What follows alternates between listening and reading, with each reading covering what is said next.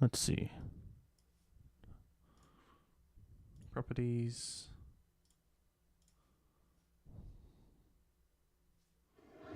There we go. Let's get started. This is 1401 microeconomics, and I'm Professor John Gruber. Now, cool. A couple notes about the course. There's a distinct policy angle to this course. I think, personally, what makes economics most exciting is you can use it to think intelligently about the problems that... All right, we're up to labor input markets 2. Yeah. Let's move this a little bit. All right. So let me put it on this side, actually. Go like that side. So what we learned about was basically how we think about, what we learned about before was how we think about labor supply, how we derive that. And, well, labor demand and supply.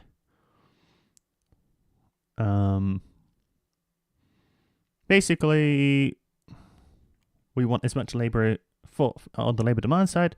The firm wants as much labor as it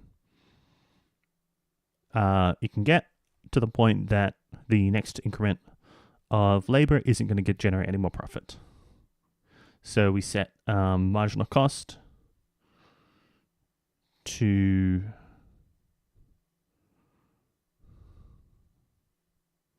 marginal benefit to marginal cost, which is basically so the marginal benefit is the marginal product of labor, which is how much is the next, say, worker. Let's say the next, like it could be like the next worker or the next hour worked or whatever, just the next unit of labor, how much the next unit of labor produces, multiplied by the profit, right? So that's the marginal benefit. And then basically you just increase by setting the marginal benefit to the marginal cost, you basically just increase the amount of labor to the point that you're not getting any more profit.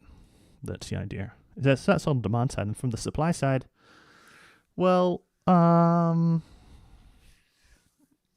talked about like trading off between like leisure versus work. I mean, and really, essentially, I think the key things to consider are like how does changes in wage affect your, like, how much you want to work versus not work. Well, yeah, how much you want to work. Yeah. But anyway, cool. Let's carry on. All right. Number 2. Let's continue our discussion of factor market. We're on lecture 16. 16 of 25. So we're over halfway. Remember to set the stage. We are now in the second half of the course talking about the various elements that underlie the supply and demand model that we developed in the first half of the course. And the first question we're tackling is, where do W and R come from? Where do these prices that are the prices of firm inputs, where do they come from? And they come, of course, W and R, wage and rental rate of capital. From markets of demand and supply, markets for factors. So let's start by doing the labor market equilibrium.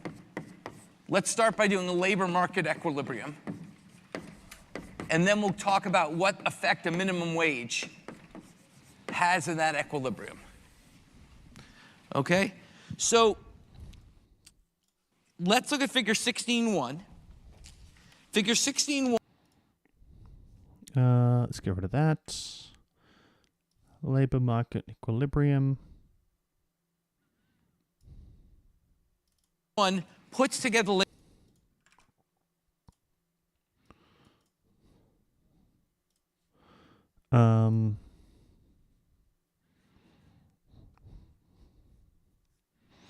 okay, so D1 demand, labor demand 1, S1 labor supply 1,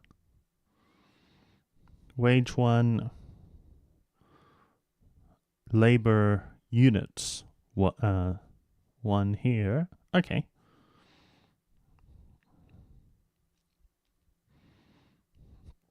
Okay, so yeah, supply. Yeah, okay. And the last lecture we talked about, it explained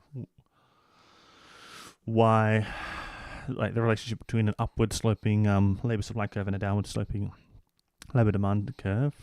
And when when that's not the case, but typically the labor supply is upward sloping and the demand is downward sloping. Okay. Cool. Labor market equilibrium. We have a demand curve. The demand curve comes from firms, because in factor markets, firms are now the demanders and people are the suppliers. So we flipped the tables from a typical market. In a typical market, in a consumer goods market, I should say, consumer goods market, Yeah. firms drive the supply curve and consumers drive the demand curve. That's no longer true. Now, firms drive the demand curve and consumers drive the supply curve. So the demand curve comes from the marginal product of labor. Okay? So we have a demand curve in labor market equilibrium. Here we're saying the demand curve is 70 minus W. We're saying that as the wage goes up, firms want fewer workers. And we could see that from our earlier firm optimization. Okay? But there's also a supply curve. Now, we talked about last time is the shape of the supply curve here is indeterminate. And that's because income effects offset substitution effects when leisure's a normal good. Okay, that's the key lesson from last lecture, is that even when leisure's a normal good, income effects offset substitution effects, so we don't know the shape of the supply curve. That said, we're going to pretty much for the rest of the semester assume upward sloping labor supply curves. We're going to pretty much assume substitution effects offset income effects because they're a hell of a lot easier to work with. It's a mess when they both slope down. So we're pretty much going to assume that substitution effects dominate and the labor supply curve is upward sloping. So here, for example, we have a labor supply curve of the form that labor equals W minus 10. So a higher wage leads to more labor supply. Okay, so this, so a higher wage leads to more labor supply. It should be L equals 70. So this is the demand curve. The demand curve is L equals 70 minus W. The supply curve is L equals W minus 10. So to solve for equilibrium, we simply set those equal. We know how to do that now. And you find the equilibrium is at 30 units of labor with a wage of 40. That's the point at which firms are happy to hire workers and workers are happy to work. So it's the same kind of equilibrium of goods markets. Now it's just in a factor market. Okay? Oh, it's called Now, a factor. Factor market. First time you said this. Factor market. let's ask what happens when we add a minimum wage. Okay. What happens when we add a minimum wage, which is a standard labor market intervention all around the world? What would happen? I should be able to. I should know the answer to this. I should be able to. Why can't I make this? Why can't I zoom out on this? Interesting.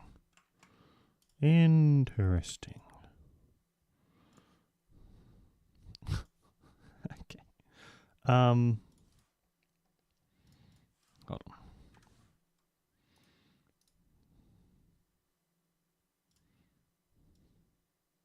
If I do this, do that. No, what is it? Control Shift D? No, Control Alt D? No, Control Alt E? Ah.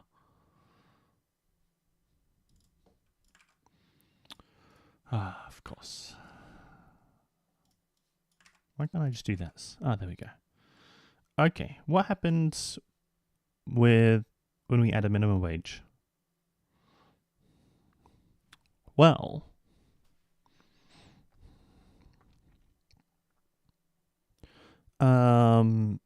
if the minimum wage is below the equilibrium, right, then nothing happens, right? Let's say wage 2 is here.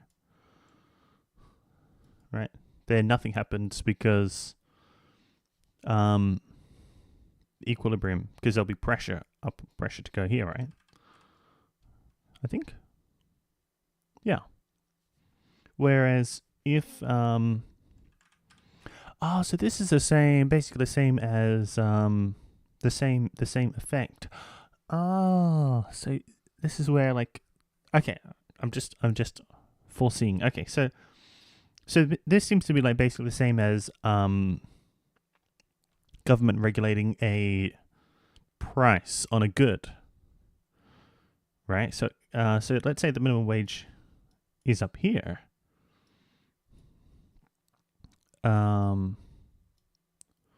Is up here, and now we have equilibrium 2, right? Would that be? That's what it would be, right? Oh no. What am I doing? No. Okay. So if a higher wage is forced, right? Then that means, and of course it's not going to go to the demand. It's not going to go to the supply. It's going to go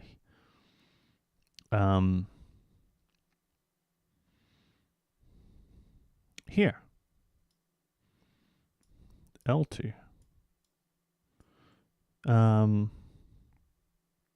Because there's going to be less demand for it at that price, right?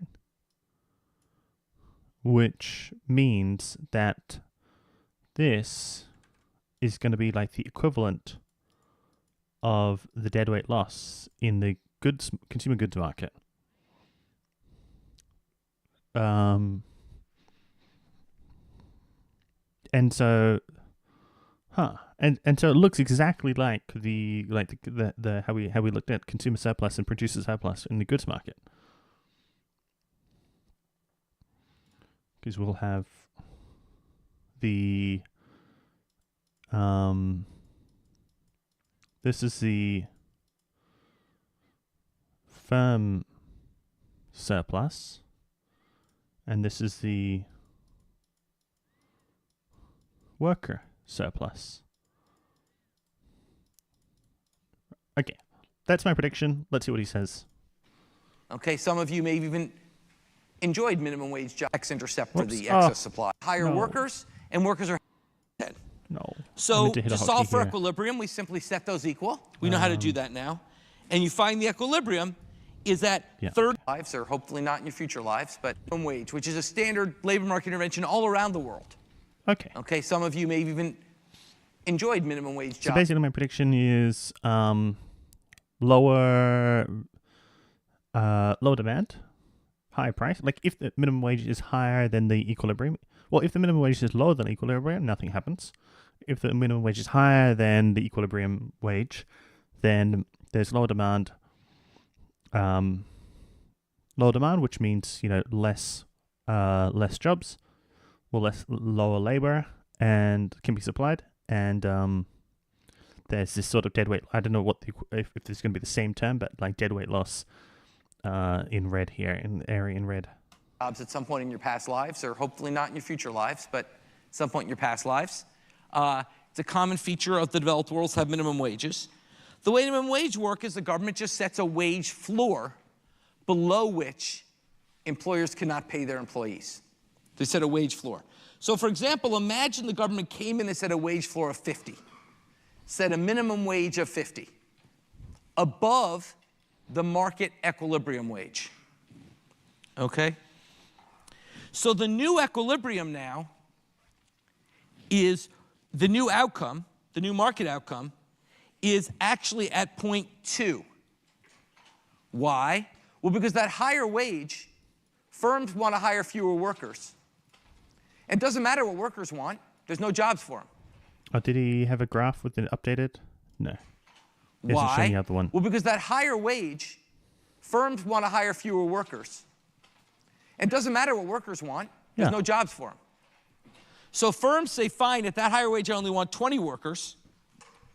Workers say, well, gee, at that higher wage, you should be I want to showing work 16.2, I imagine. I want to work much more than that. Okay?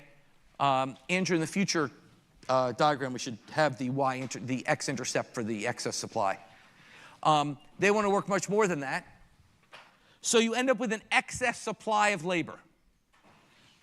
Now, when we talked about supply and demand equilibrium, we talked about how disequilibrium outcomes resolve themselves through market adjustments. Well, here, this disequilibrium outcome cannot resolve itself. The market can't adjust. The market's stuck because of the regulation. So we end up in a situation where we're out of equilibrium. We have excess supply. Okay? In layman's terms, we call that unemployment. We end up with unemployment. We end up with people who want to work but can't work. Okay? And that causes an inefficiency or deadweight loss. Yeah. You see, before Okay. I am a god. I am a god. I am a god. I'm actually understanding this stuff. Yeah. Deadweight loss. Oh, yeah. Was it deadweight loss that I said? Yeah. Deadweight loss. Yeah. Okay. So same. Okay. Cool. Yeah. Cool. We'll save this one though, but yeah. Nicer graph. Boom. I'll just take the whole screen. Boom.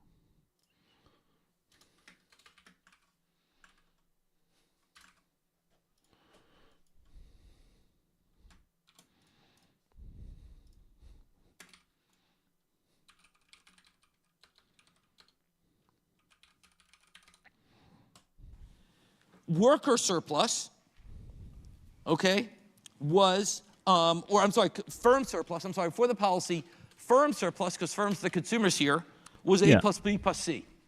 That was the consumer surplus, or in this case, consumers are firms. Yeah. So really call that more the demander surplus. The supplier surplus was D plus E. With the minimum wage, we've now transferred the area B from firms to workers. So the firm surplus, the demander surplus has fallen all the way to A. So we've transferred the area B, but we've created in doing so a deadweight loss of C plus E. Standard kind of welfare analysis we've done so several times before now, okay? So what we've done with this policy is we've transferred the area B from the demanders, who are firms, to the suppliers, who are workers. But in doing so, we've created a deadweight loss C plus E. Why? Because those are trades that would be efficient to make that are not being made. There are workers that would happily work at a wage below 50, and firms would be happy to hire them at a wage below 50. But we're not letting that transaction happen.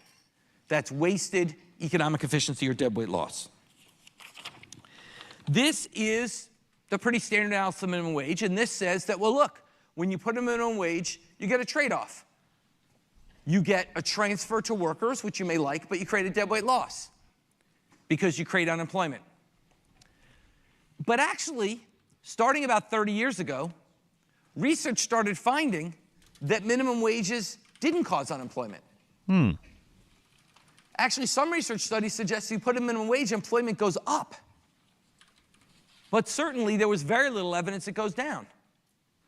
This was quite striking, because how could that happen? Now, one way it could happen, of course, could be if the demand curve was perfectly inelastic, then a minimum wage would not lower employment.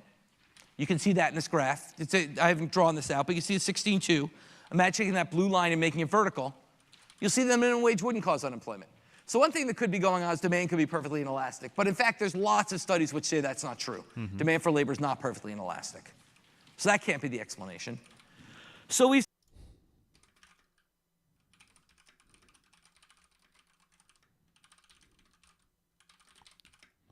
that's said an alternative explanation, which is that just like goods markets can be non-competitive, labor markets can also be non-competitive. And so non-competitive.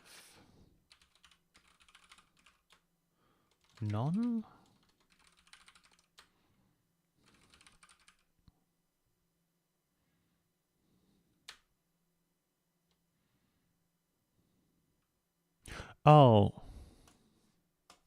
We think that just like goods markets can be non-competitive, labor markets can also be non-competitive.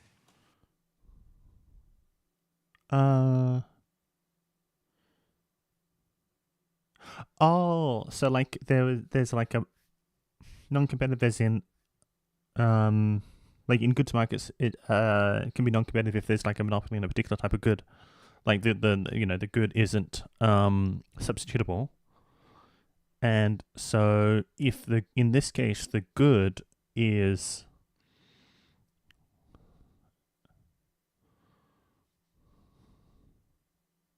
the supply. And so we think the explanation is non-competitive labor markets. Non-competitive.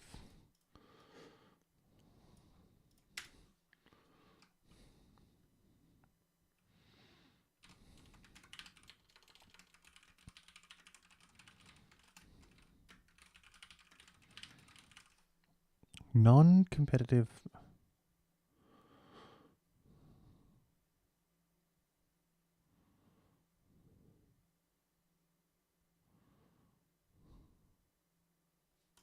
Okay?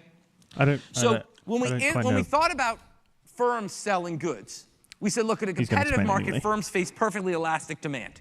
Any given firm faces perfectly elastic demand. Okay? Well, likewise, when we think about a firm hiring workers, we think that if labor markets are competitive, any given firm faces a perfectly elastic supply curve. If labor markets are competitive, We think that if labor markets are competitive, any given firm faces a perfectly elastic supply curve. as in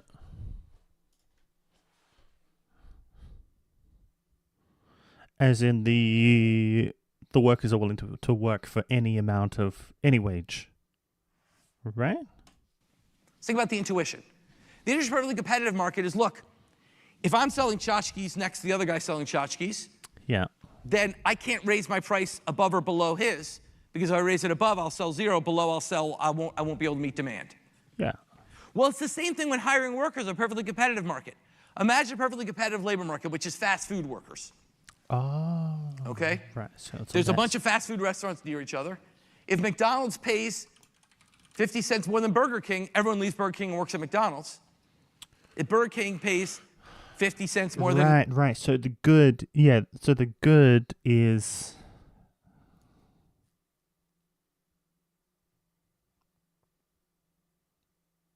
the type of work, the type of labor. McDonald's, vice versa. So you have a... Okay. So okay. Um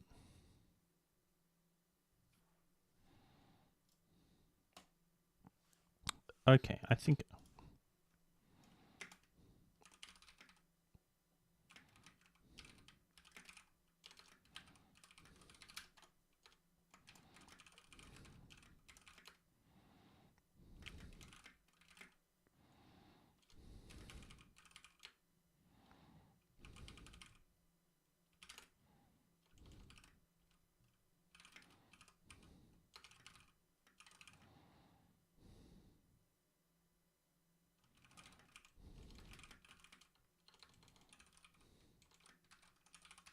but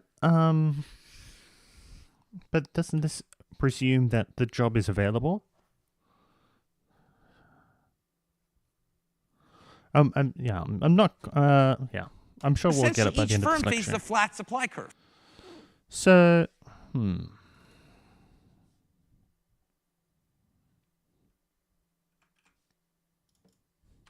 think about this a little bit. So, in a competitive labor, so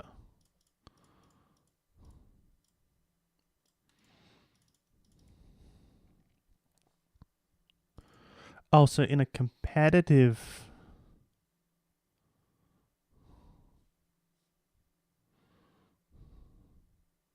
I'm a little bit confused about what like from what perspective the competition is. So I think competitive labor market as in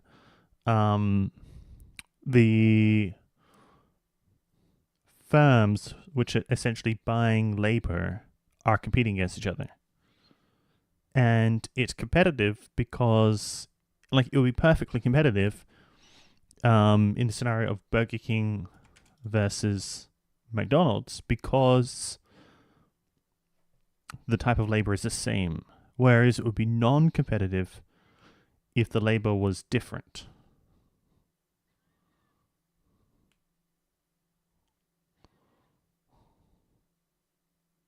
Right?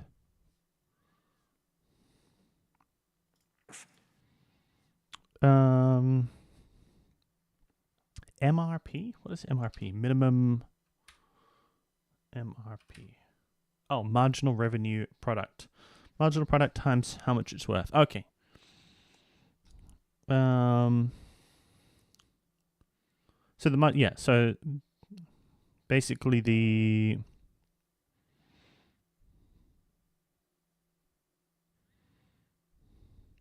it's we'll just go dollars per hour, which could be which essentially is the wage. Marginal. Oh, hold on. Labor supply curve is flat.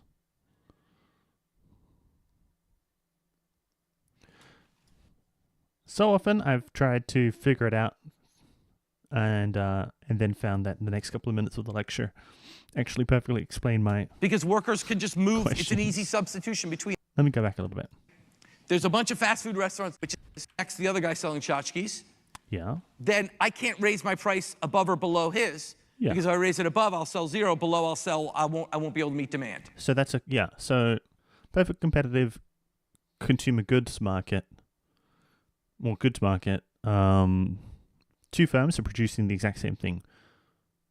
Perfect competitive labor market. Two firms are I guess offering or are selling the same job, I guess.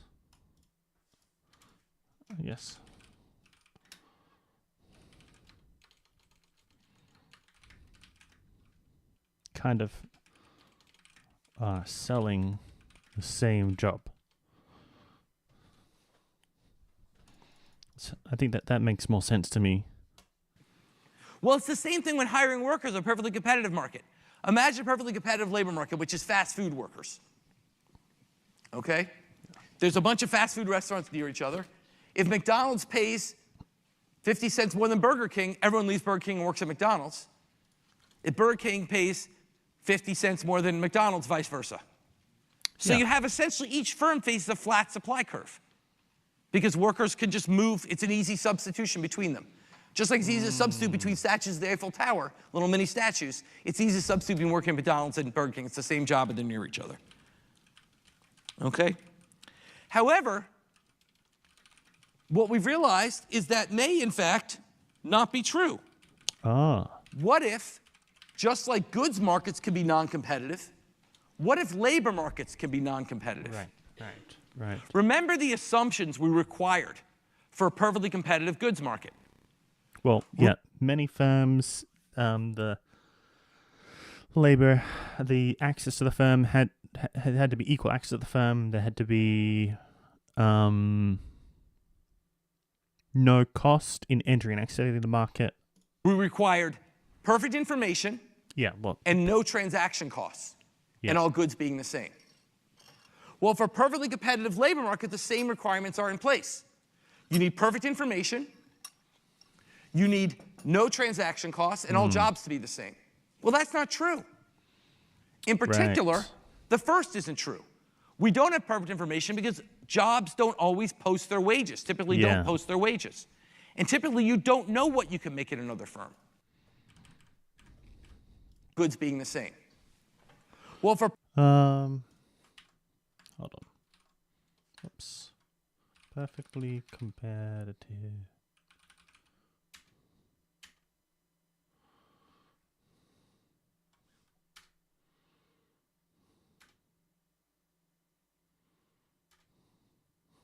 Perfect.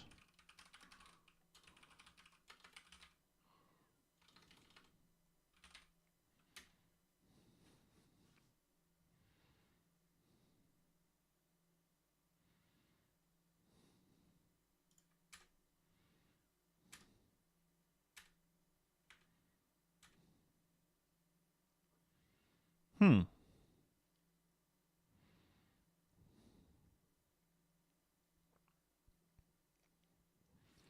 Perfect and no transaction costs. Hold on. Remember the assumptions. I'm trying to find where I have. I don't think I have these three assumptions written down clearly. I'm just looking through my notes for perfect competition, perfectly competitive goods market. I have other things. Many firms competing to produce the identical good. All firms are price takers. No action. Oh, here they are. Assumptions of this market type. Each firm is selling identical products, full transparency prices. Consumers know all the prices, no trans. Okay. Okay, I need to put this of the perfectly competitive market type.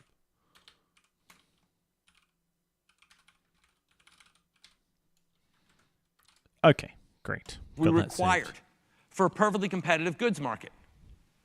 We required perfect information and no transaction costs, and all goods being the same. Well, for a perfectly competitive labor market, the same requirements are in place. You need perfect information, you need no transaction costs, and all jobs to be the same. No transaction costs, as in like the consumers can easily shop at any firm, so the consumer can access all of the firms. That's not true. In particular, the first isn't true. Okay.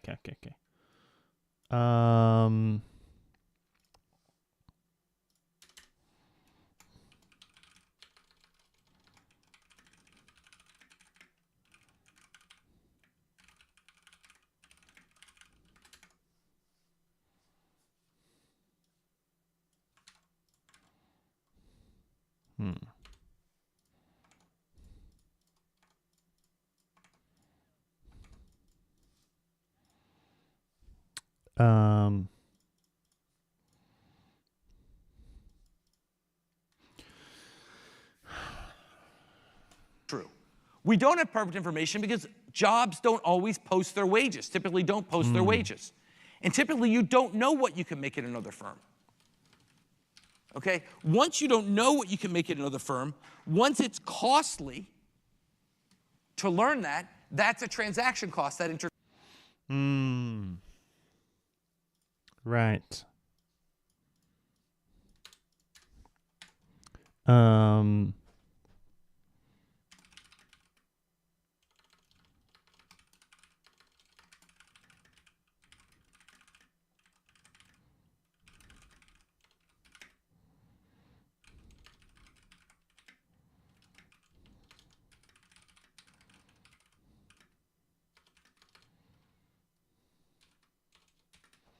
Yeah. And I guess the first one I think is likely to be, well, I guess it would greatly, I mean, yeah, greatly depends on the type of work, but like for like, if we're just looking at like McDonald's versus Burger King, this is going to be the most likely to be true. But then, you know, it would massively change depending on the labor. interferes. Okay? That's one form of transaction costs that can interfere with what we think is a fairly competitive market. Okay? Now, let's go further. Let's think about the most extreme case, which was the old mining towns we used to have in the West in the US. In the US, the way it worked is you discovered gold, you'd set up a town around the gold mine, and everyone in that town would work in the gold mine or they would work selling stuff to who worked in the gold mine. Okay? Well, in that case, you definitely didn't face a competitive labor market because that was the only place to work. There was one.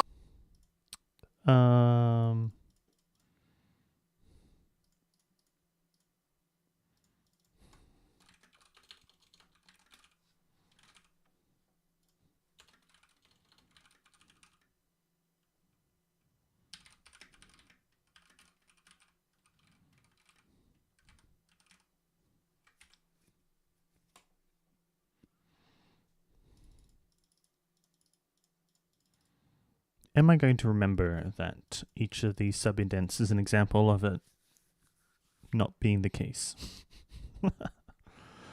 Maybe. One employer, the gold mine, and if you wanted to work, you had to work for that one employer. So instead of the case of a monopoly, we had a case of a monopsony. A monopoly is when only one firm sells the good. A monopsony. Hold on.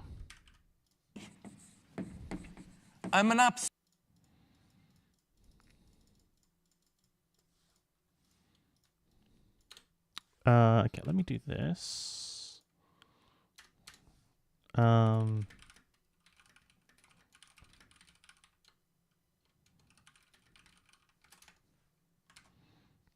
Do this, and whoopsie, here. There.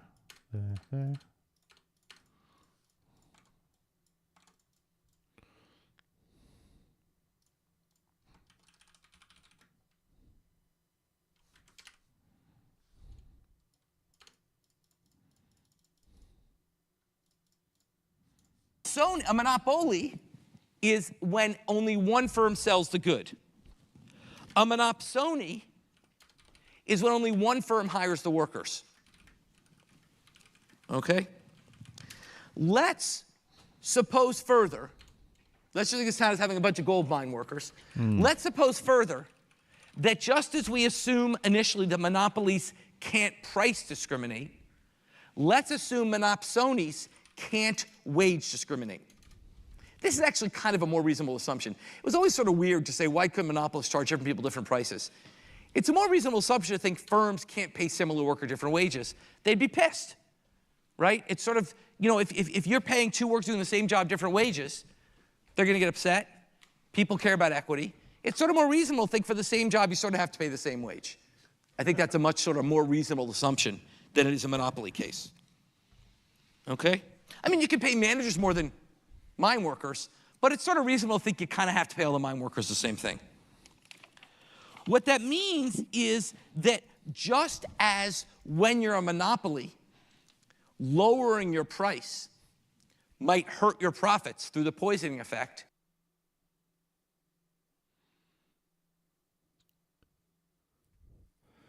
lowering. When you're monopsony, raising the wage might. Raising the wage will hurt your profits through an equivalent poisoning effect. Okay. Yeah.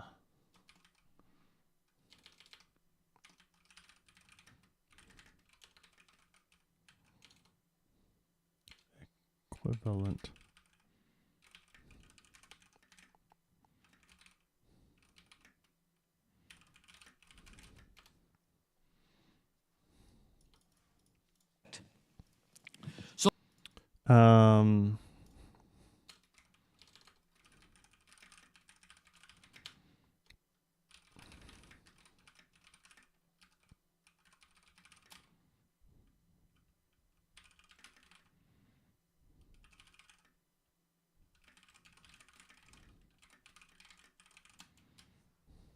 So let's think about the firm's decision. Okay? The firm wants to set the marginal cost of the next worker equal to the marginal benefit of the next worker. Okay? What is... And then taking into account the poisoning effect. The marginal benefit. Well, the marginal benefit is still the marginal revenue product of labor. That hasn't changed. That's... Yeah. Sure. Hold on, go back. Marginal cost of the... Okay? The firm wants to set the marginal cost of the next worker Yeah. equal to the marginal benefit of the next worker. Yeah. Okay? What is the marginal benefit? Well, the marginal benefit is still the marginal revenue product of labor. That hasn't changed. That's true regardless of the market. The next worker produces the next marginal revenue, produces the marginal revenue product of labor. What changes the marginal cost? Oops. Before, the marginal cost was the wage. In a perfectly competitive... But now it's the wage and the... Well, it's the wage plus the poisoning effect, basically, which is basically the labor, like the difference between L1, well, L2 take L1, L2 take L1, right?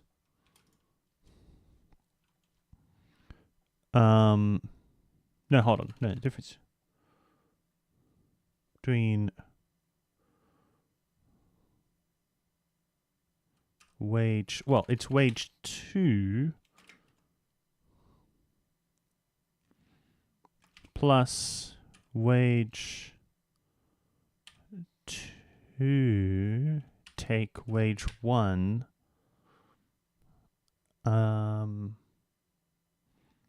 multiplied by L1, right?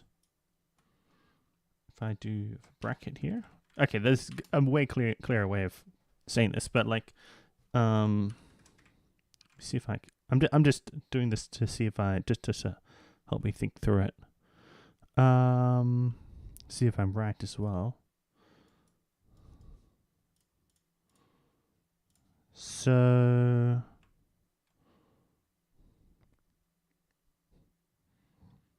if we've got wage,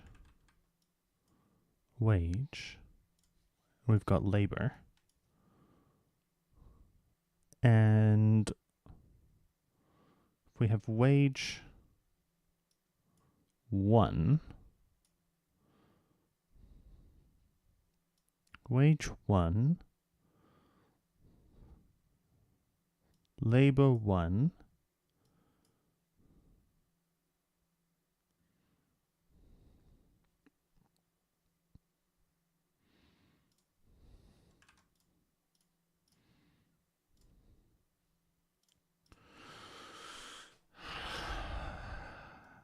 whoops, right, then, and we've got wage 2, labor 2, we'll do another dot over here, whoops, then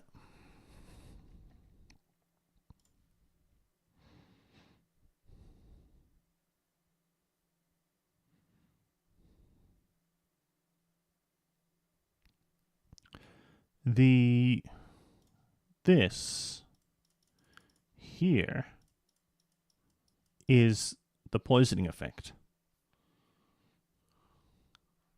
because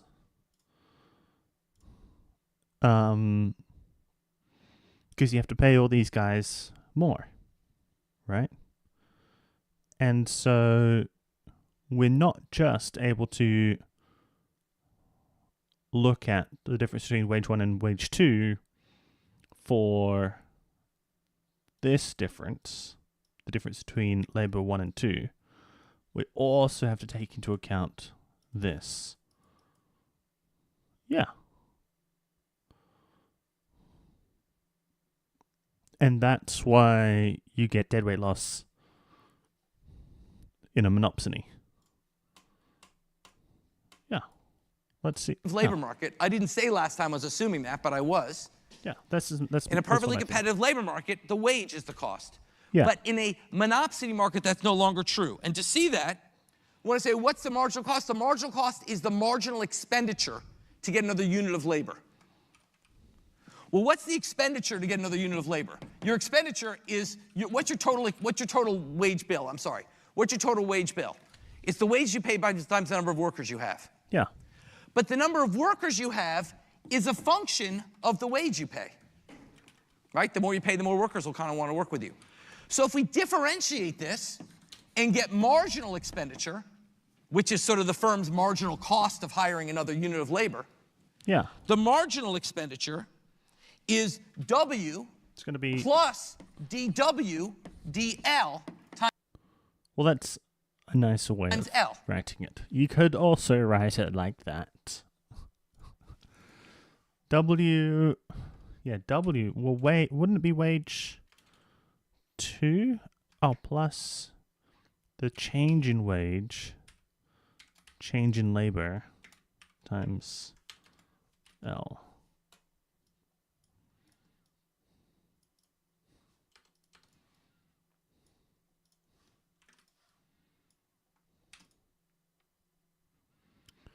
Uh,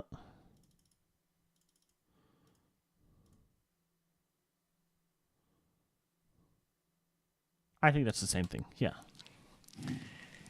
In other I words, mean, it has to be. Well, we'll see when we get to the graph anyway. it's this term, which is positive, the marginal expenditure is the wage, Yeah. plus this second term, which is how much do you have to raise the wage Yeah. to get another worker? Yeah. That's, It's the flip side of the poisoning effect. yeah. The poisoning effect was, as a monopolist, if I want to sell one more unit, I face a trade-off. I sell the additional unit, that's good, but I have to lower my price to sell it, that's bad. Here, if I want to hire one more unit of labor, there's an equivalent trade-off. I get one more worker, that's good, but I have to pay all my workers more to get him. That's bad. Why? Because I can't wage discriminate. And it sort of makes sense. If I want to expand the number of, once again, I think it's much more intuitive than the monopoly case. If I want more workers, I got to raise the wage. Yeah. Okay? Why was this not an issue for the perfectly competitive firm? It's not an issue for the perfectly competitive firm because they faced a perfectly elastic, firm labor supply curve. Workers were different in McDonald's and Burger King, so they could just go back and forth. But a monopsonist doesn't face that anymore. They face the true market labor supply curve, which is not perfectly elastic. So to see this, let's go to figure 16.4. So 16.3, that's a perfectly competitive case. The marginal benefit of hiring another worker is the marginal revenue product of labor, 16.3.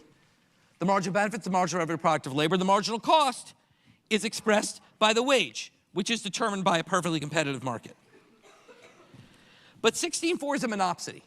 Now we have the same marginal revenue product of labor, which we defined as 70 minus L. We use the same example we did before.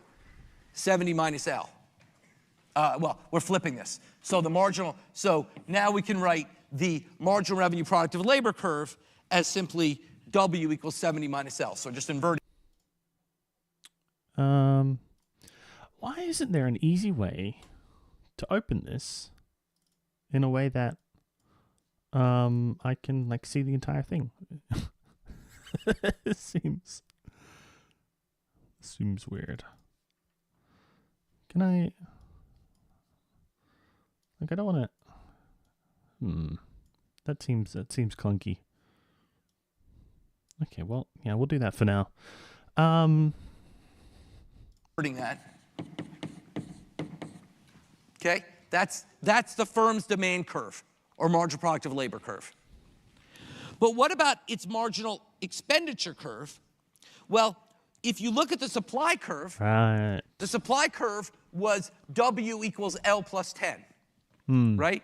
So we can now say the firm's expenditure function, labor is the firm's expenditure function is L times L plus 10. That's its labor expenditures, right? Stare at that for a minute. The number of workers times the wage. The wage comes from this equation. Differentiate that with respect to L, and what do you get? if you differentiate with respect to L, you get 2L plus 10. And that is the firm's marginal expenditure curve, which is above the supply curve, as you see in figure 16.4. So what does the monopsonist do? The monopsonist goes to the point where marginal cost equals marginal benefits. What's the marginal cost? The marginal cost is the marginal expenditure curve. What's the marginal benefit? The marginal revenue product curve. So it says I want to hire 20 workers. Not the 30 I was hiring when the market was competitive, but 20. What wage am I going to pay them? Well, just like the monopolist needs to respect the demand curve, the monopsonist needs to respect the supply curve. So what wage are you going to pay them? When we read off the supply curve, you're going to pay them 30 instead of 40.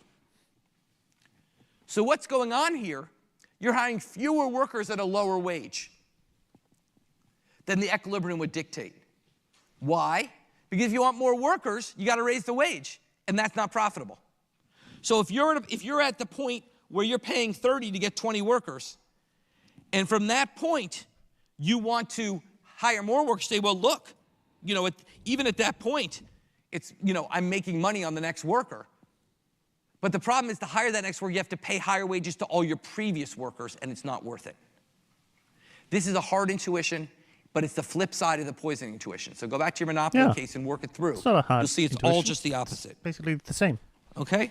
Yeah. Now, Or I'm while just a I genius. need to teach you the math and the graphs, because that's what we test you on, the intuition here is actually pretty clear. Yeah. I think clearer than the monopoly case. Just think about the intuition for a second. Think about me at MIT. There's many universities I could work for. Okay, I don't mean to sound arrogant, but there's a lot of universities out there. Presumably some others would want to hire me. Okay? Yet MIT has monopsony power over me. Why? What gives MIT monopsony power over me?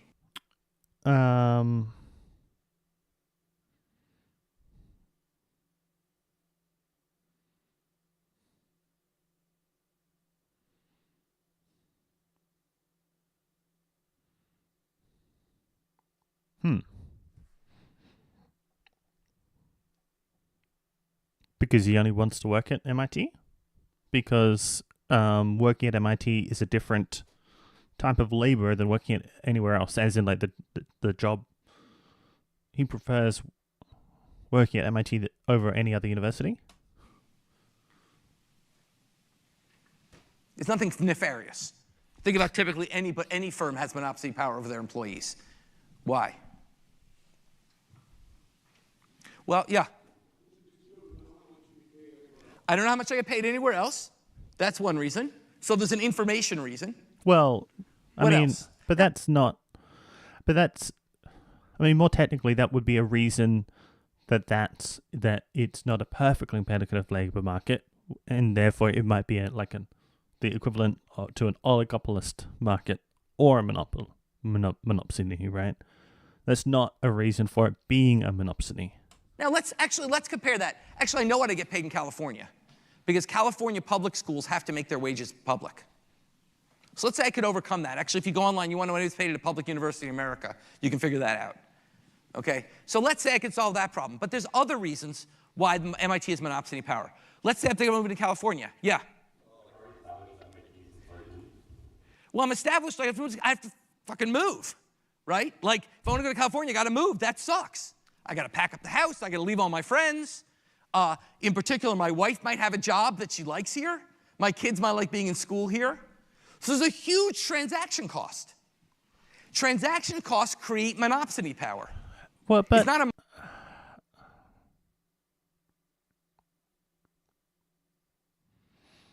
okay. I mean, okay.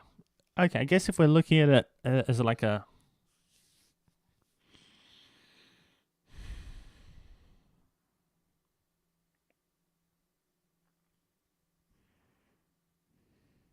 Okay, yeah, no, that makes sense. Yeah, so basically the less any of these assumptions are true, the more monopsony power there is.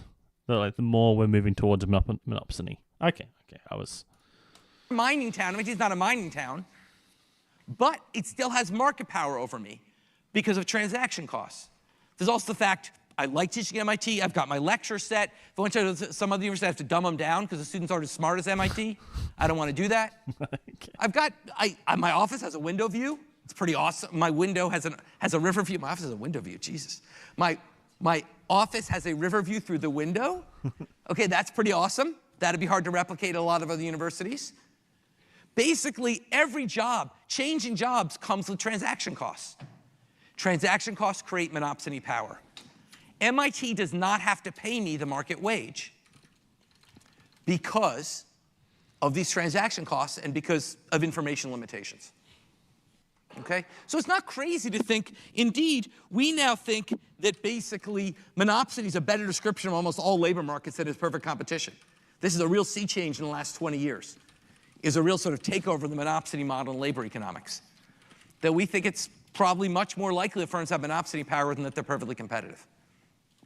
Okay? Yeah.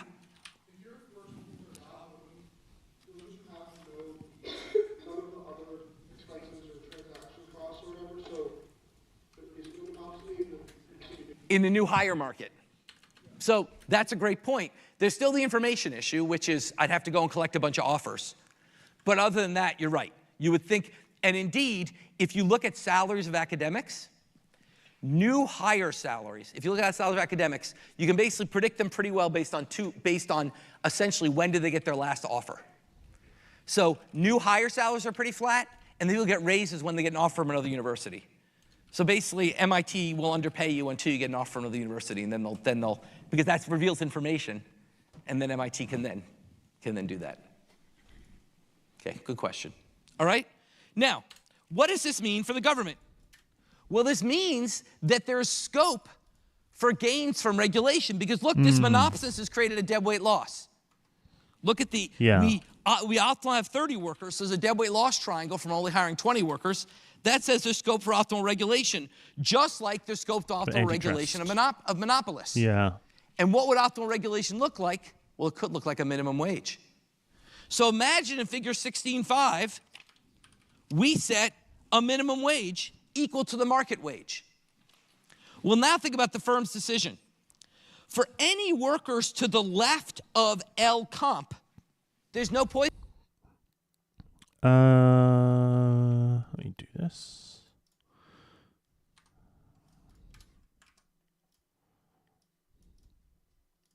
Hold on. For any workers, market minimum wage to the left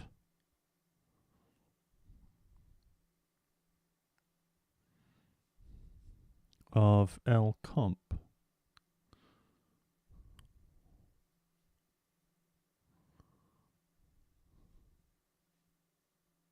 Oh, right. Right, obviously.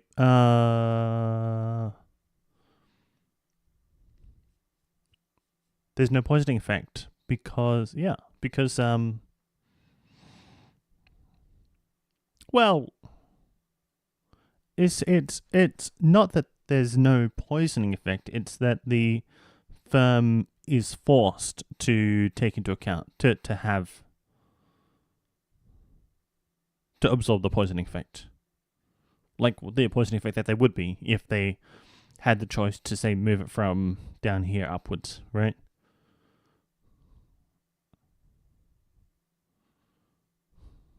Isn't that like... I mean, it's the same. Okay, same thing. Poisoning effect, because they can't lower the wage. Yeah. So they might as well hire the competitive level. Yeah. Um...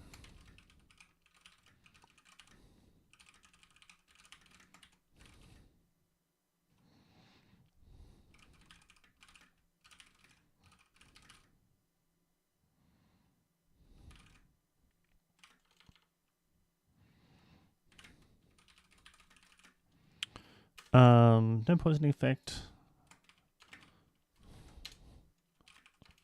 or the firm is forced to absorb the poisoning effect that there would have been Yeah. What has the minimum wage just done? It has raised employment. Oh. Yeah. Because, well, yeah. Well, it's raised employment because, yeah, it's forced the firm to take on some of the poisoning effect.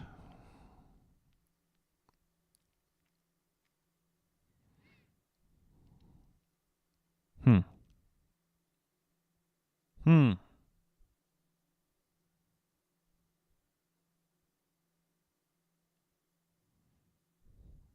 Hmm.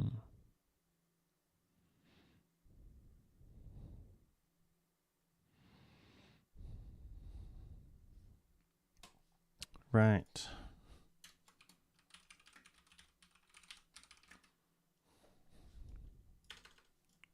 So this is how you can get this weird result that a minimum wage can raise employment, because what the minimum wage has done has essentially eroded monopsony power, or eroded the negative effects of monopsony, Yeah. by getting rid of this poisoning effect. By saying, well, firms might as well hire L comp. The reason they were hiring lower than L comp before was because they could lower the wage, but now they can't. So that is how a minimum wage can raise employment. Now, of course, so in some sense, you can. So how can it lower? Is there a way it can lower employment? Well, because so I mean, if the minimum wage is too high,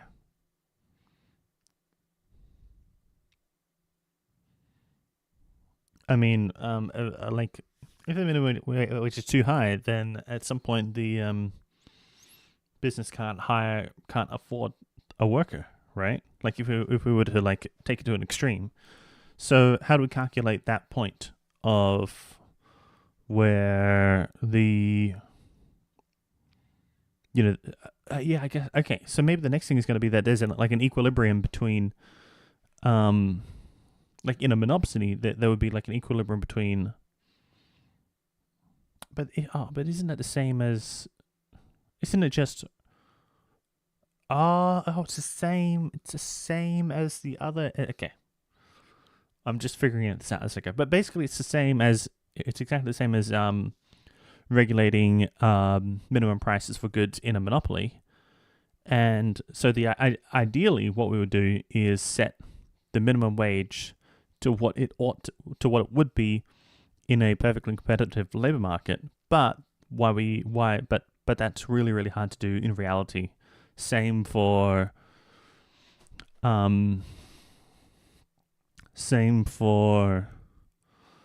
setting, prices in a monopoly, right? That's really it's just a hard problem.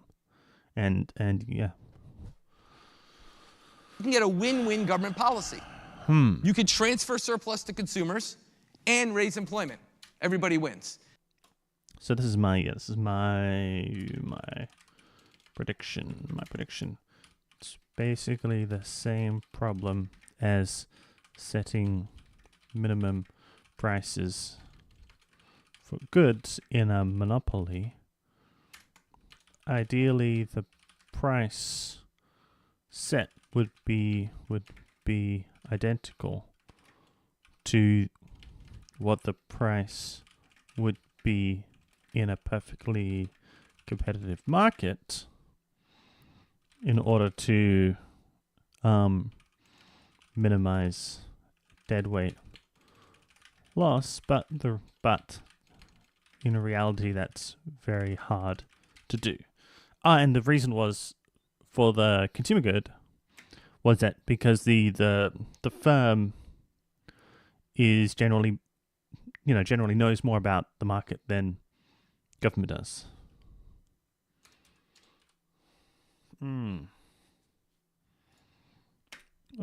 Because there would be a point where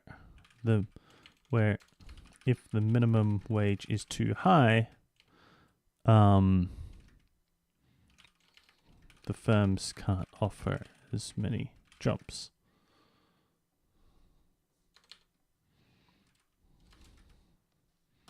And that's how government policy can make things better in with market failures.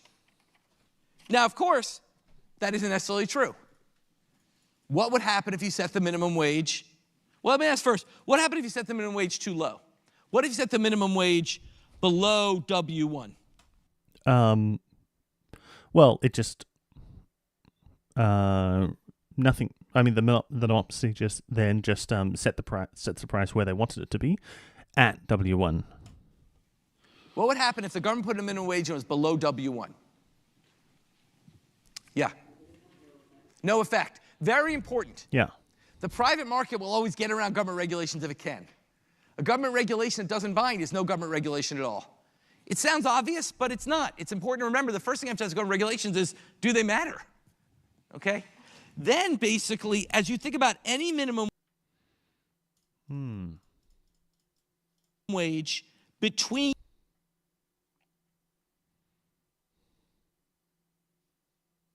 W1 and even past W comp, they will actually improve welfare. But as it gets high enough, the minimum wage could actually cause firms, once the minimum wage gets above the level on the marginal revenue product curve that corresponds to L1. So you see where the L1 dashed line hits the marginal revenue product curve. Once the wage gets above that level, then you're making things worse. All right, because that's where... Right, because that's where it ought to be. Okay. And so... Okay. So,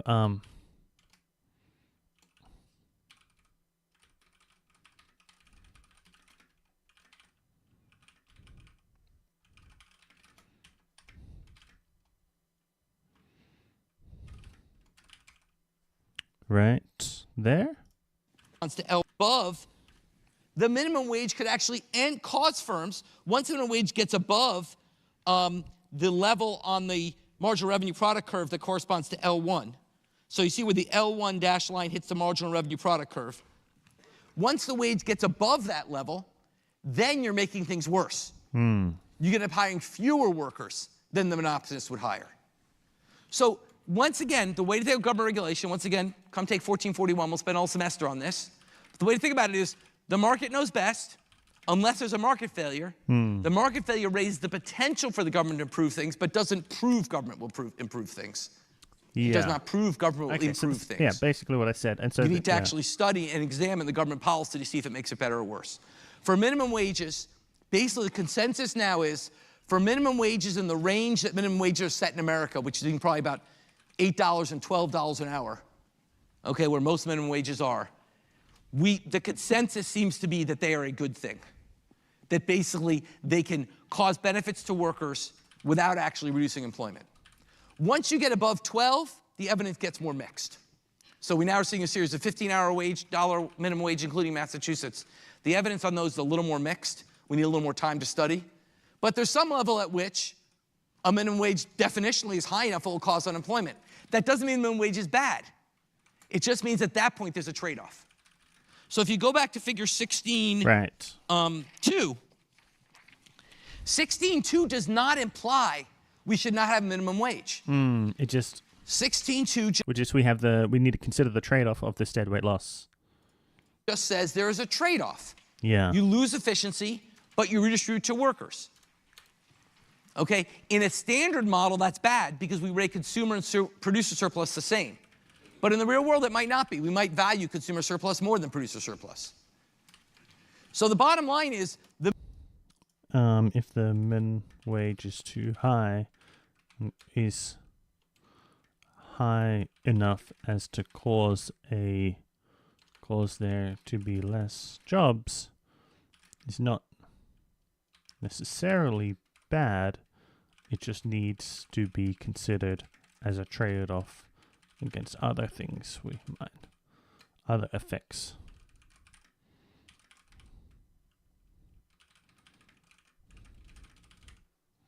The minimum wage isn't, in no situation is it unambiguously bad. It may actually be unambiguously good. And depends on the structure of the labor market. Okay? Questions about that? So once again, the idea would be MIT is making excess money off me because I don't want to move. If the government came in and raised my wages, not too much, that would make me better off, and it would just come out of MIT's profits. It would just be a transfer. But I'd be better off, and they'd maybe, because they pay higher wages, they'd maybe hire another professor. Okay, and that would improve efficiency. All right? So with monopsonists, minimum wages just induce efficient transfers. So, I imagine I imagine that there's some target for unemployment rate in a country, because like if it's bad if it's too high, and it's also bad if it's too low. I forget exactly why, but let's say there's some target, right? And because I'm just trying to think about like the trade-offs. So like if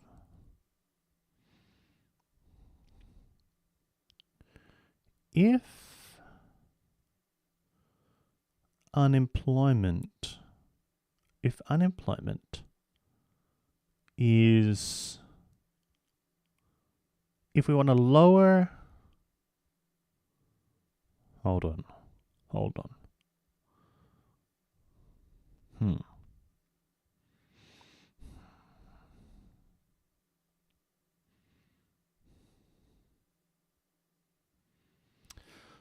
This is tricky, because one of the things we would consider good is, well, if someone can, this is tricky, because like part of this is sort of assumes that we sort of roughly figured out what we should be able to afford, like what type of lifestyle we should be able to have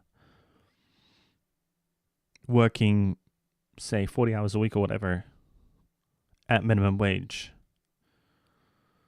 I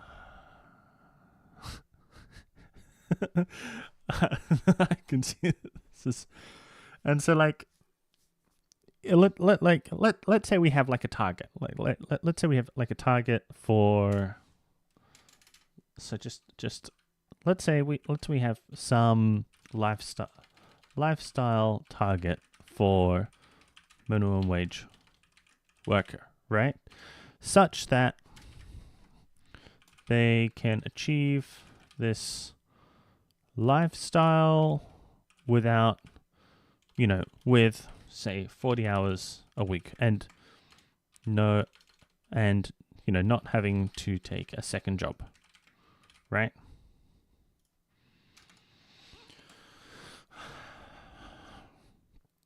Then setting a minimum wage where they can achieve this lifestyle or better would be one of the good things. Even if and we would be considering that good when considering how much of a deadweight loss we're creating in the market and the effects of that deadweight loss. And so I guess, but then, yeah, because then they're like,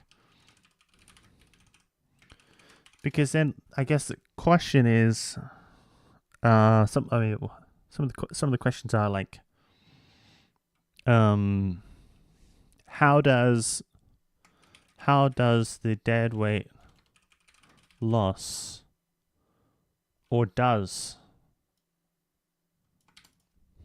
the deadweight loss affect job creation? Like, does it make it more difficult for additional firms to enter the market, right? And then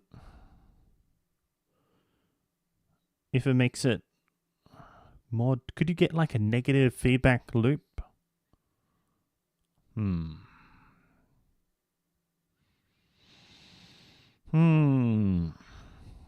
This is complicated.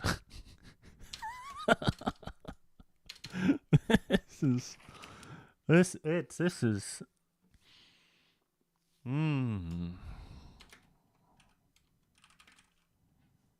this is complicated.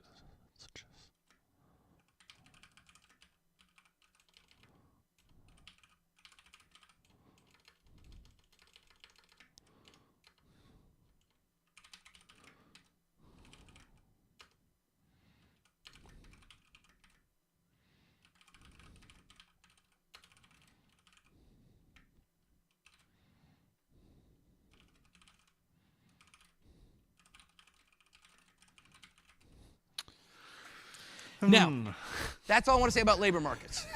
I want to turn now to capital markets. Okay. Okay. I can, yeah.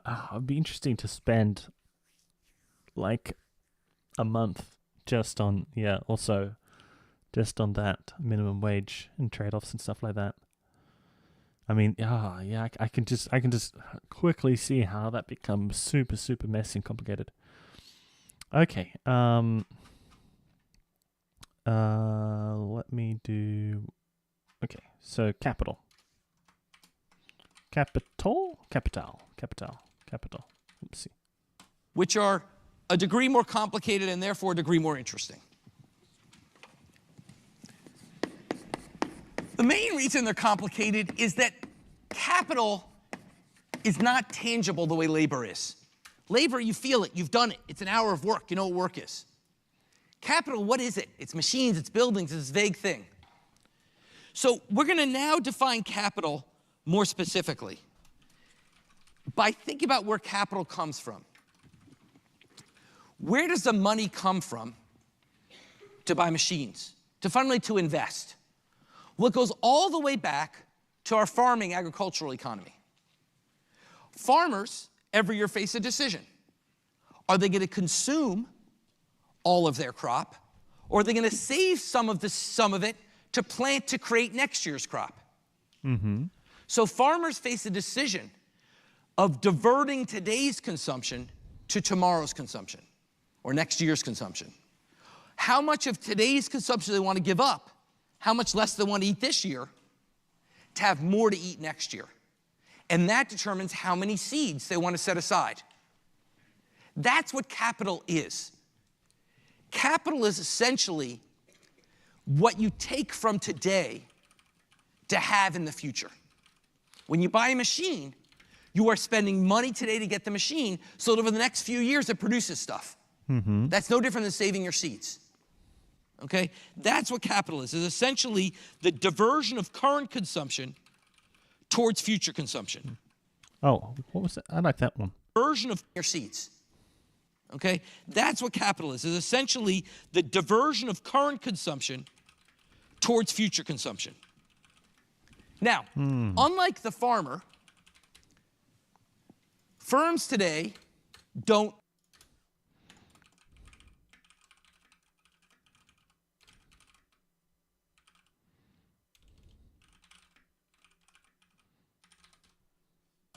get the money necessarily from themselves like the farmers did. Firms get their capital in what's called a capital market. Well, I just wrote that there. Firms get their capital in a capital market. What is the capital market? Well, that's a market where there's a demand for capital.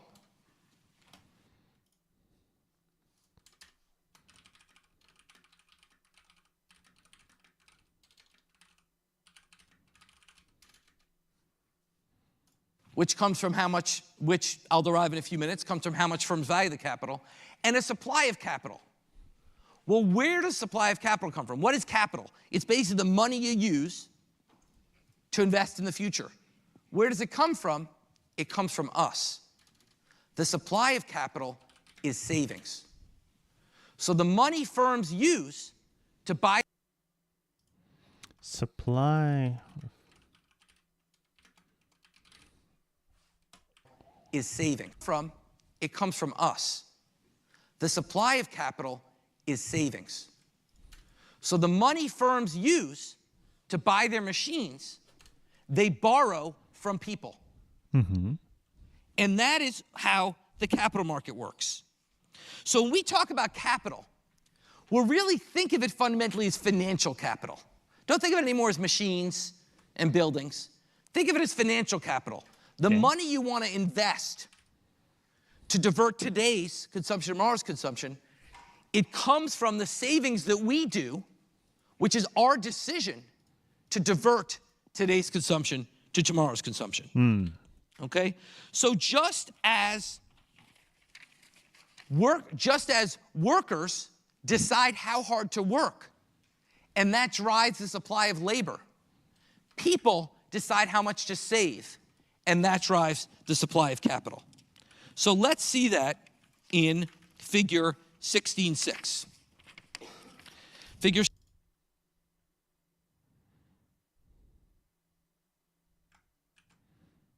Equilibrium in capital markets. Interest rate, capital, demand.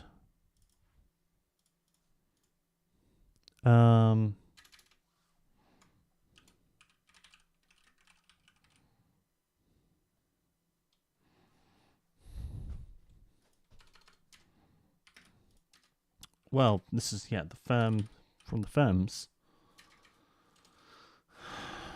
wanting to invest, and interest.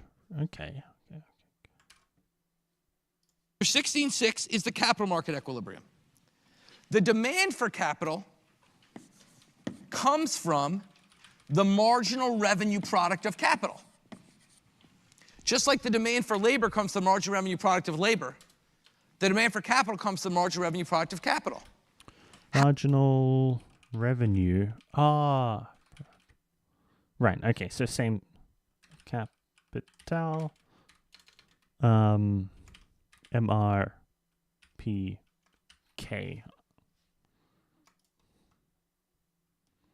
Which is how much more product is going to be produced by the next unit.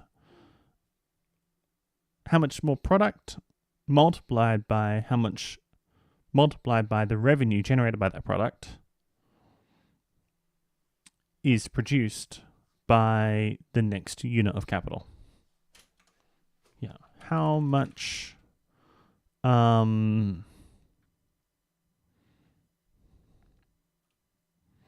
revenue generated by the additional product produced by the next unit of capital. It being K is messing with my head. For some reason, I always want to type capital with a K now, with the sign being K.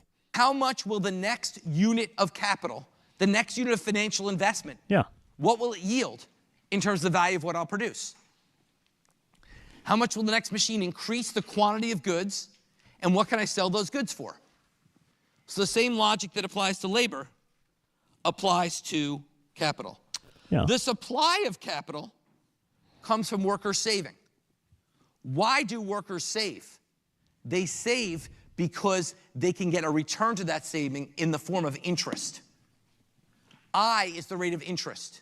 That's the return that workers get on their savings. So in other words, you could think of I, the technical definition of the interest rate, is the rate that firms have to pay you to get your money.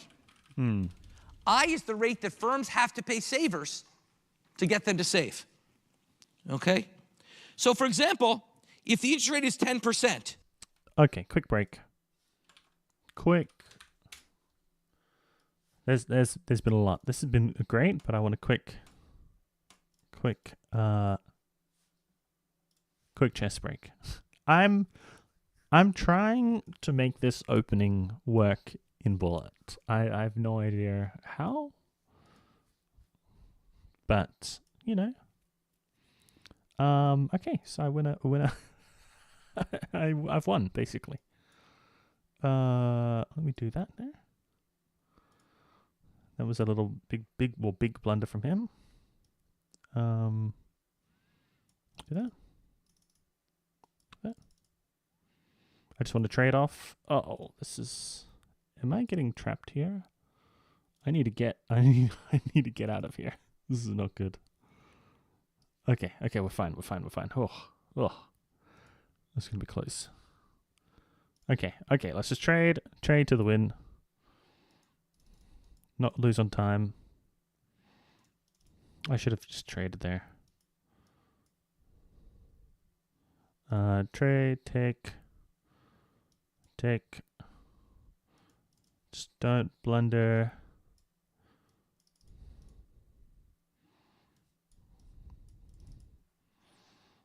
Boom. Take. Oops. That's fine. It's fine. We're still up. Oops. Oh no. We're fine. This is fine.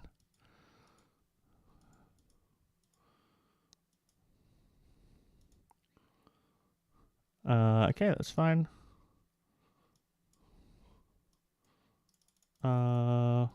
Okay. Uh-oh.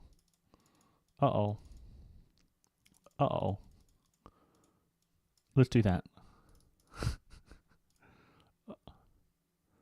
Then he has to go this way. But I can go this and do this. Oh no, I should have. Oh no, this is not good at all. Okay, well, this was really my bad.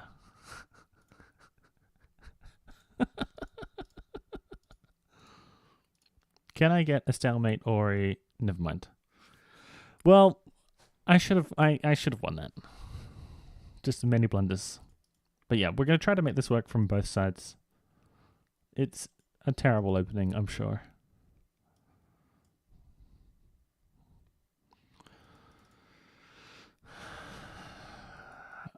But generally, I'm trying to go for some sort of battering ram if I can.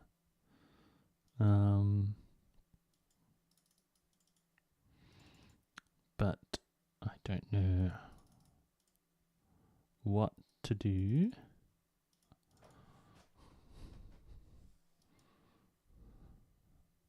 Like, 'cause I like how I can quickly switch targets.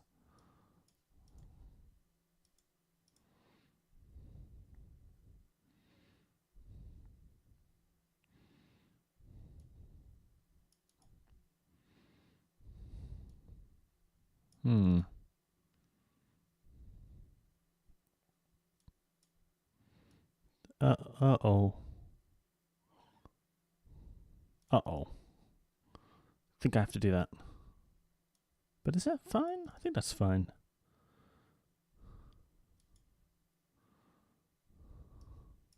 Take. Check. For no reason. Oh, I didn't even realize that was check. Oh, hold on. There's tactics. Hold on. Hold on. I have to do this.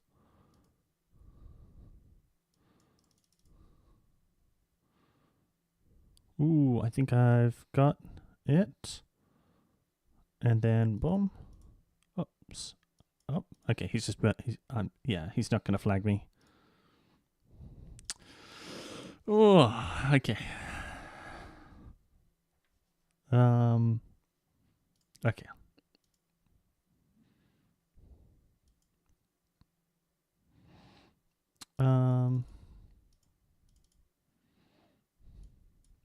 Give me that bishop.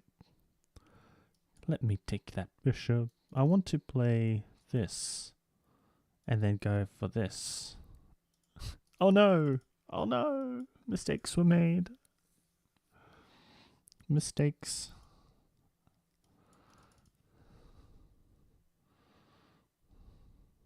Oh, mistakes were made. Big mistakes. Okay. Last one. No Crazy House games? Oh, there's one, but it's a bit long.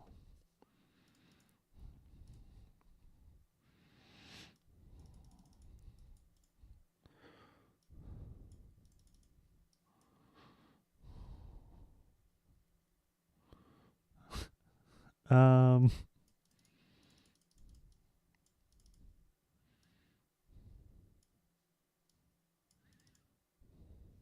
Hmm.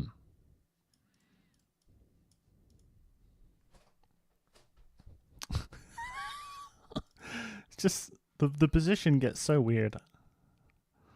Like, this is horrible. This is so horrible.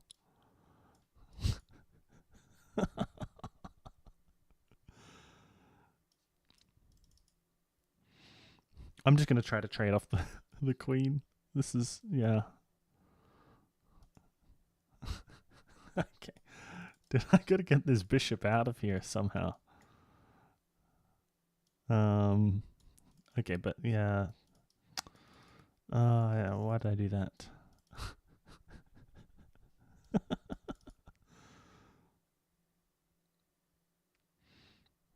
uh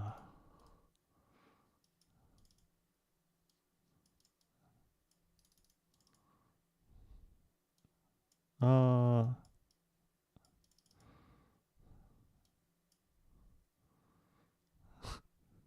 I shouldn't have moved the pawn. I want to do this at some point.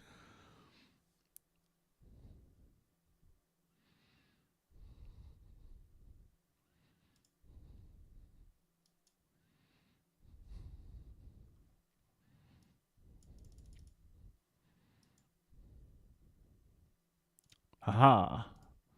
I'm winning again.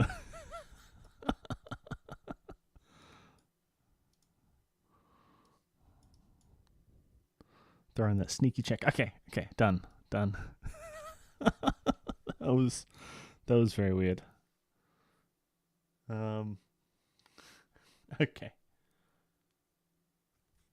Okay. Then if I want to borrow $1 from a household this period, I have to pay them back $1.10 next period. Let me, by the way, one parenthetical comment. Time is a very elastic concept in this class, man. Don't be uptight in your thinking, like the dude says. Okay? Basically, time, sometimes I'll say today, tomorrow. Oh, from what's the movie? Lebowski? Is that what it? The dude. Time is a very elastic thing. The dude. Big Lebowski? Lebowski? The dude. Quote. Time.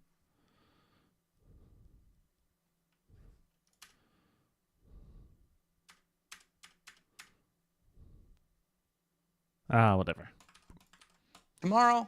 Sometimes I'll say this year, next year. It's all the same, man. Just means period 1 versus period 2. So don't get too caught up in the words I use.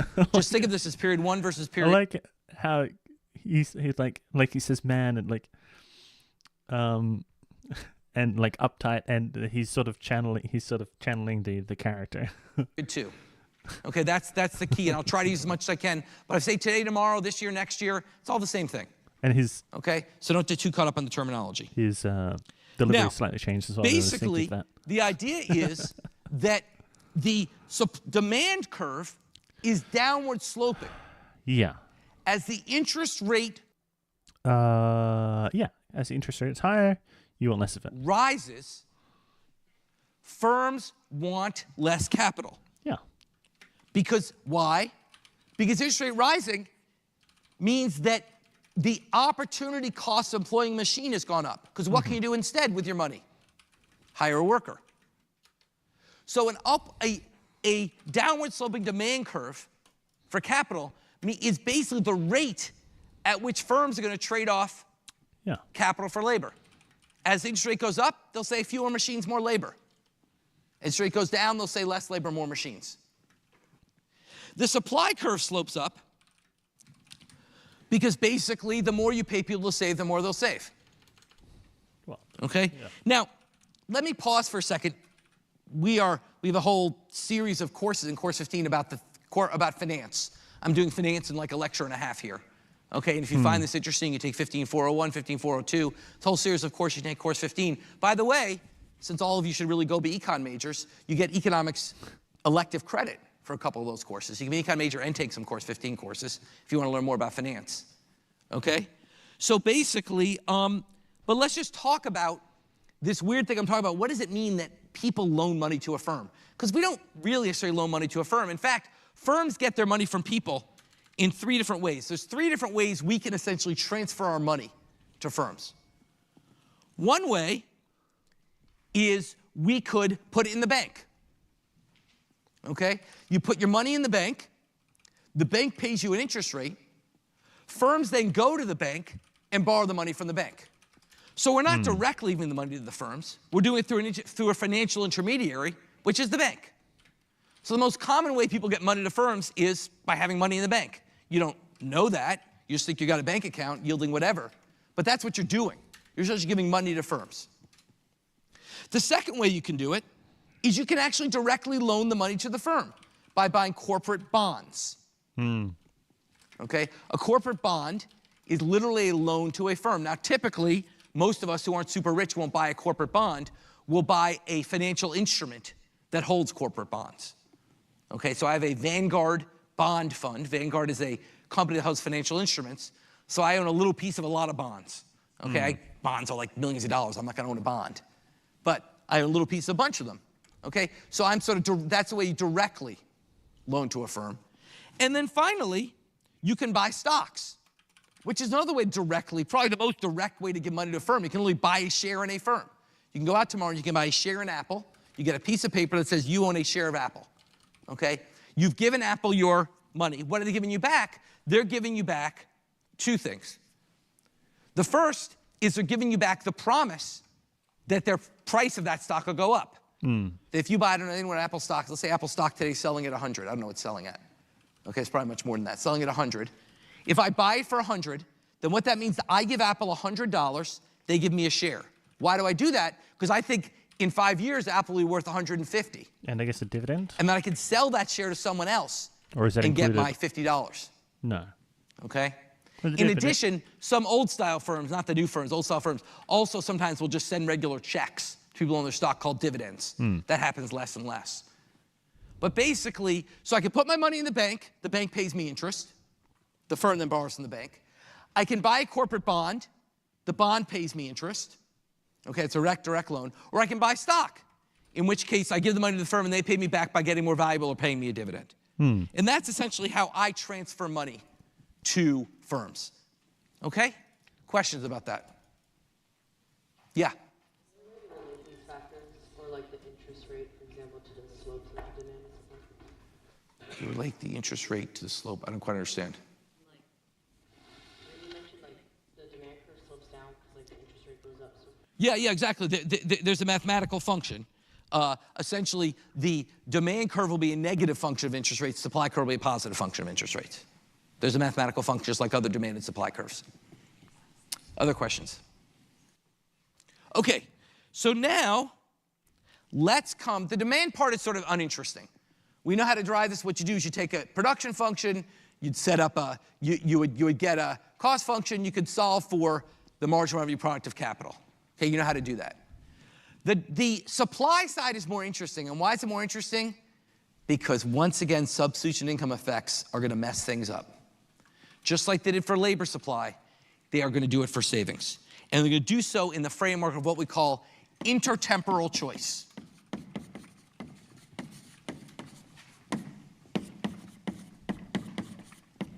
Which is your decision of how much do you consume and how much do you save.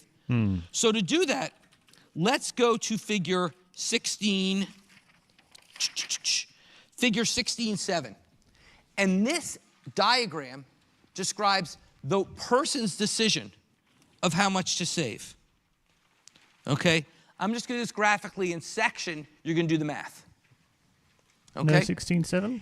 Individuals. Here we go.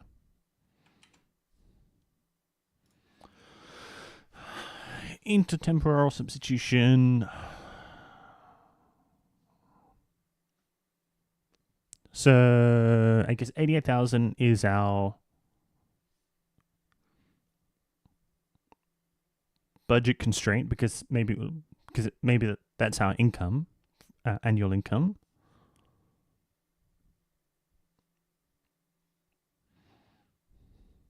And so we have a choice. Or not annual income, but like this is how much we could save if we wanted to. And that becomes our budget constraint. And 1 plus interest times supply.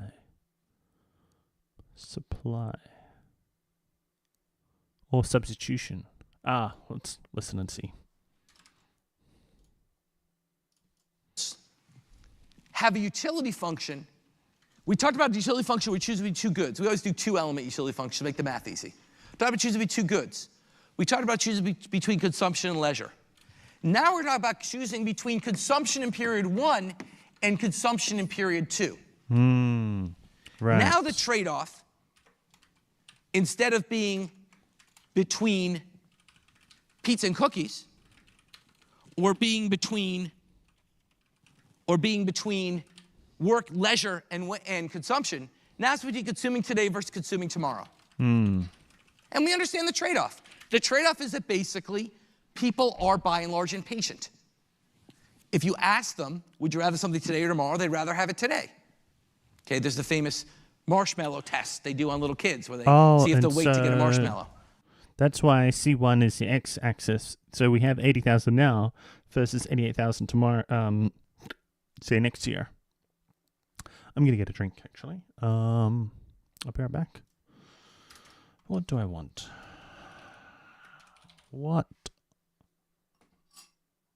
I'm going to get a cocoa with a banana.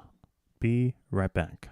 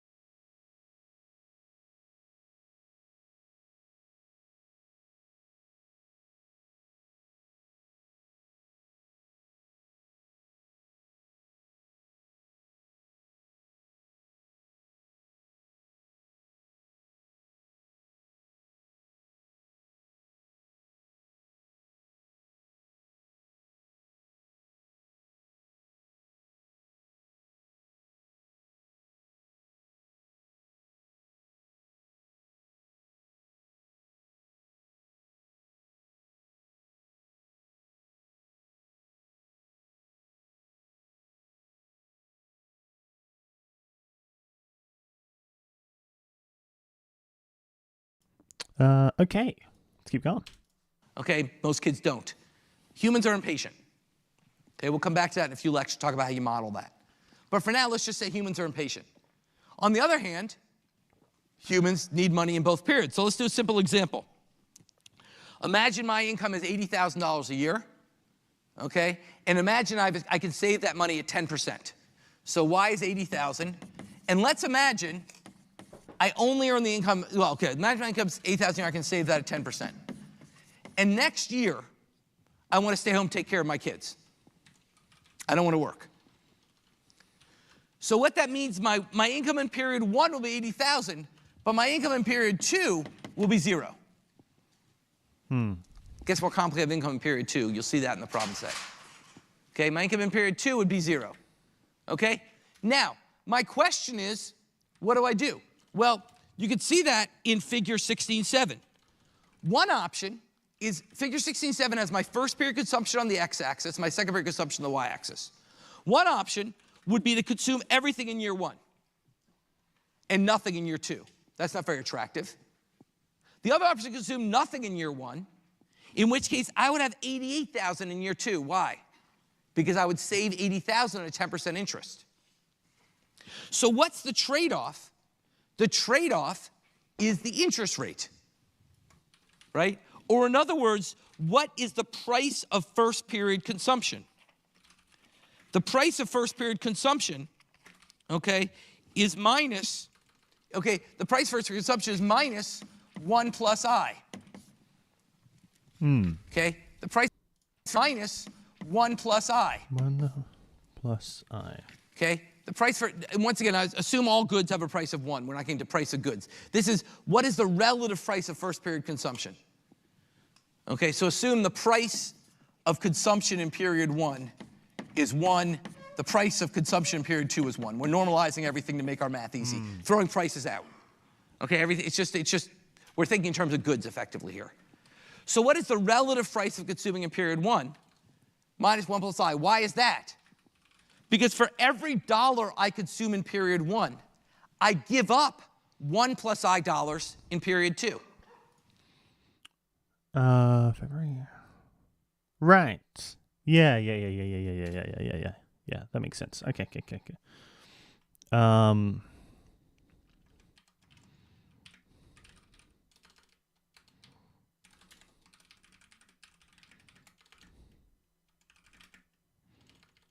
For dollar I consume in period 1, I give up 1 plus I dollars in period 2 because of the lost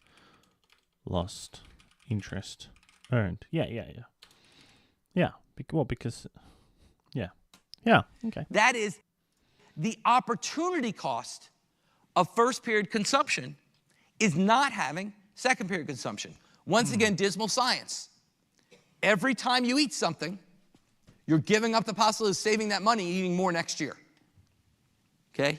Just like the price of leisure is the wage, the price of first period consumption is minus 1 plus I, or the interest rate, the amount of money you could have the next year.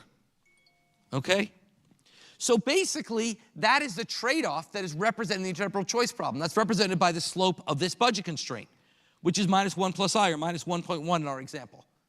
The slope of the budget constraint represents the opportunity cost of first period consumption in terms of second period consumption. Okay? Likewise, I have some indifference curve.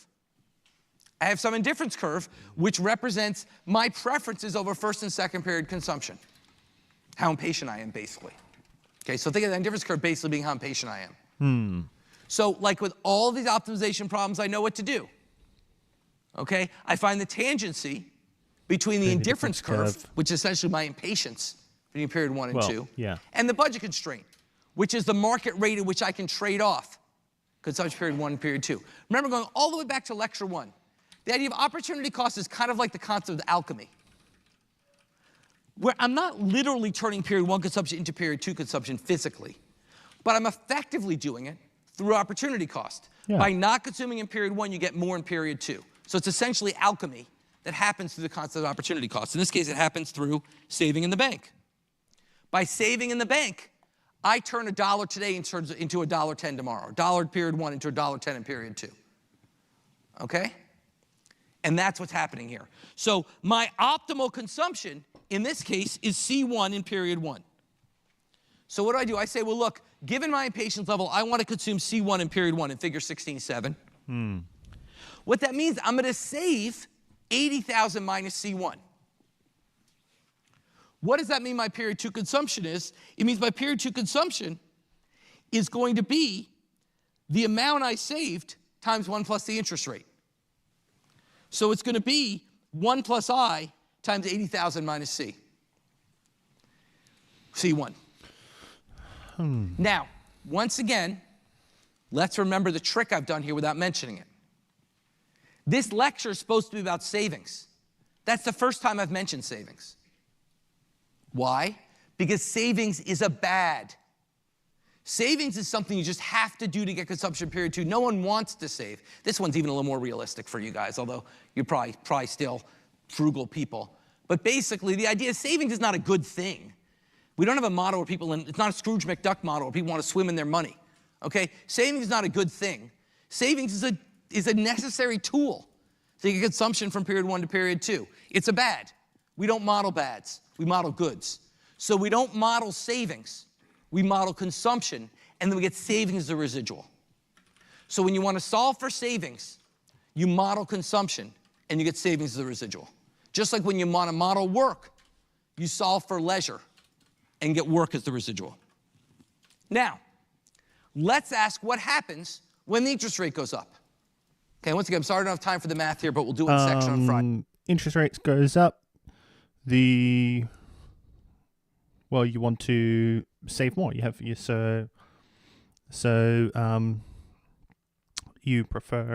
C2 over more of a C1, and yeah. Friday. So we shift. Let's ask what happens left when the interest rate goes up. And Will we move from BC1 to BC2? Yes. Because basically it's identical to the value of one good going up in the, when we're comparing two goods. Yeah.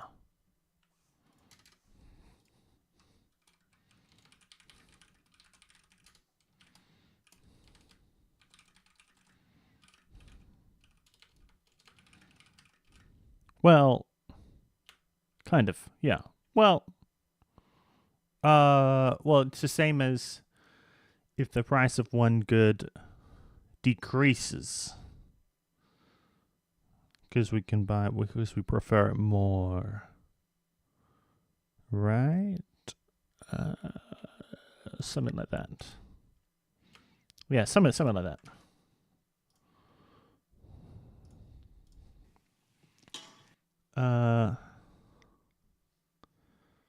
Substitution effect. Yeah, substitution effect of preferring C2 more, but then the income effect of being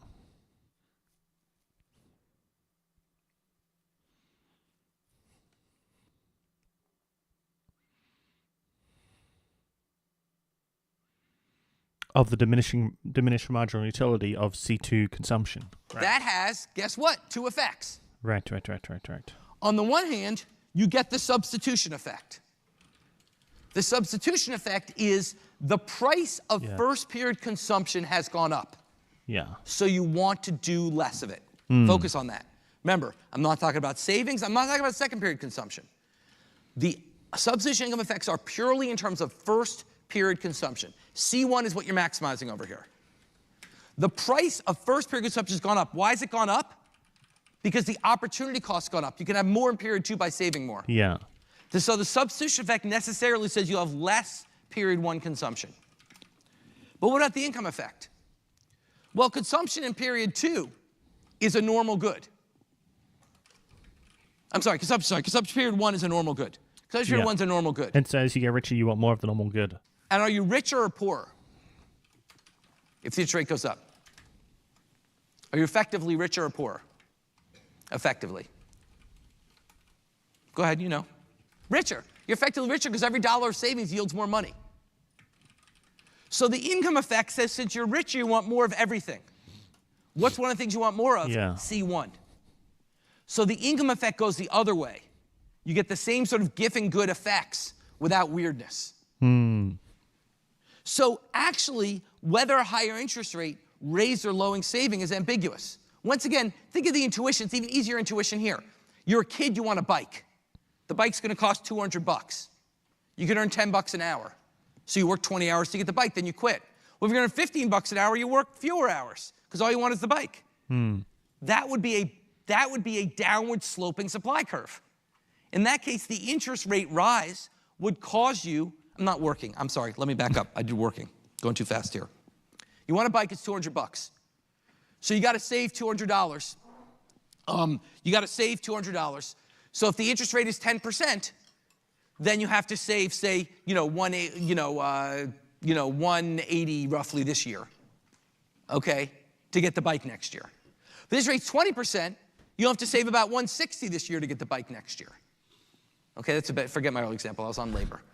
So if you want the bike next year for $200 and it's 10%, you got to save 180. If it's 20%, you got to save 160. So your actually savings goes down.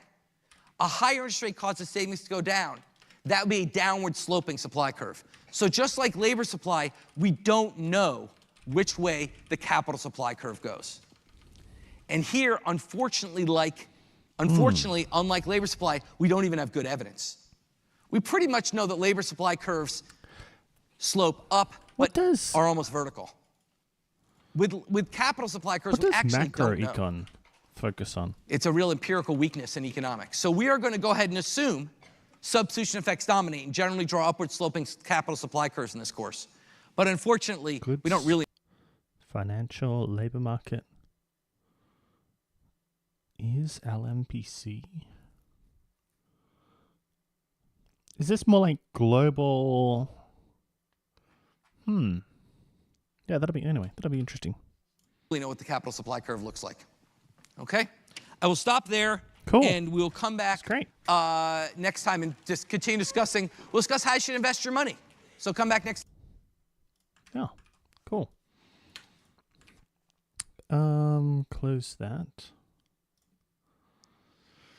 That was great.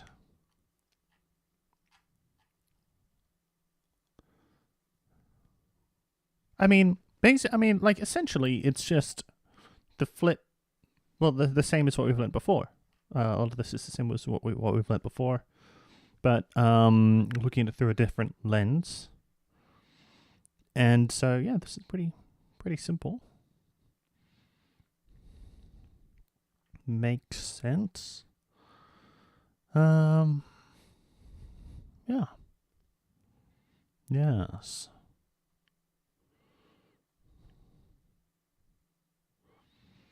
Monopsony. I wonder what the oligopoly equivalent term is for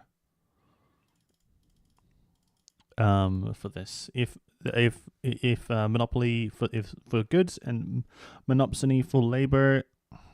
Anyway. Cool. All right. Next time we'll continue. And at some point I need to go back to law because we've done spent a little bit of time on econ. Go back to law, or maybe we should just, maybe we'll just finish off. I think we'll just finish off microecon before we go back to law. Just, finish it off and really then spend a long while working on my notes. This is going to be the most important part of just sort of writing out exactly what I actually want to remember and revise. Well, basically like a note summary. And which are these sections? The core concepts and symbols and acronyms. Well, I guess it's not as important. It's really this is the important stuff. Cool. That was fun. Catch you later. Hope you enjoyed that.